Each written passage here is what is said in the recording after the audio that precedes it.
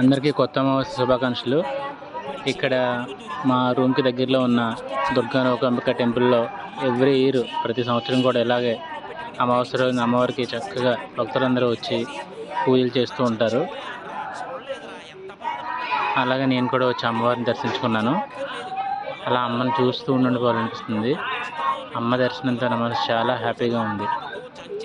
ఇలాగే అమ్మను చూస్తున్న మీపై కూడా అమ్మ దయ, కరుణ, కటాక్షాలు ఉండాలని ఈ వీడియో చూస్తున్న వాళ్ళందరికీ నేను కోరుకుంటున్నాను.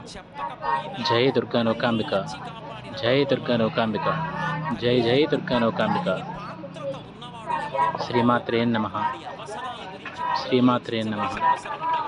వాడి అవసరం గురించి అమ్మవారు ఆలోచించుకుంటుంటుంది. వాడు నా కొరకు రక్షింపవలయువాడు అన్నారు శ్రీ మహావిష్ణువు అష్టమస్కంధంలో భాగవతంలో.